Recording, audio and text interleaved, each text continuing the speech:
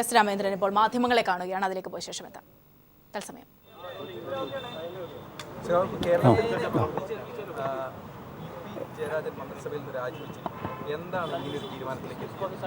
ഈ പ്രശ്നം പാർട്ടിയുടെയും ഗവൺമെൻറ്റിൻ്റെയും ശ്രദ്ധയിൽപ്പെട്ടപ്പോൾ തന്നെ തിരുത്തൽ നടപടികൾ തുടങ്ങിയതാണ്.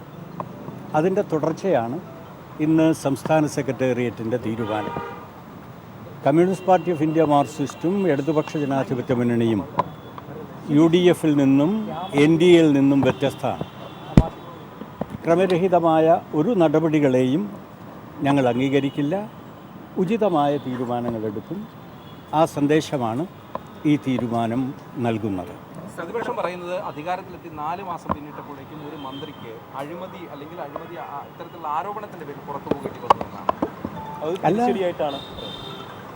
തെറ്റുണ്ടാവാം, തെറ്റുണ്ടായാൽ തിരുത്തും. അങ്ങനെ ഒരു സമ്പ്രദായം UDF സംബന്ധിച്ചോ NDA സംബന്ധിച്ചോ ഇല്ല.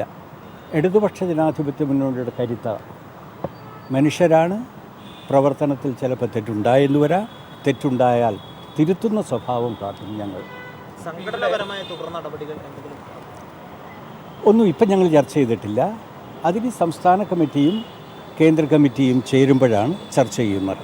അതായത് ഈ ഒരു വ്യക്തി ഇപ്പോൾ രാജിവെച്ച EP ജയരാജനെ മാത്രം കേന്ദ്രീകരിച്ചായിരിക്കുമോ അതോ മറ്റ് ഇതേപോലെ സമാനമായ എല്ലാ കാര്യങ്ങളും പാർട്ടി നടപടി നോക്കുമ്പോൾ? അല്ല, ഇപ്പോൾ കുറേ നടപടികൾ ഇതിനകം തുടങ്ങിക്കഴിഞ്ഞിരിക്കുകയാണ്.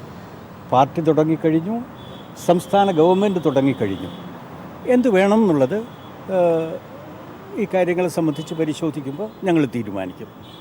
യെസ്.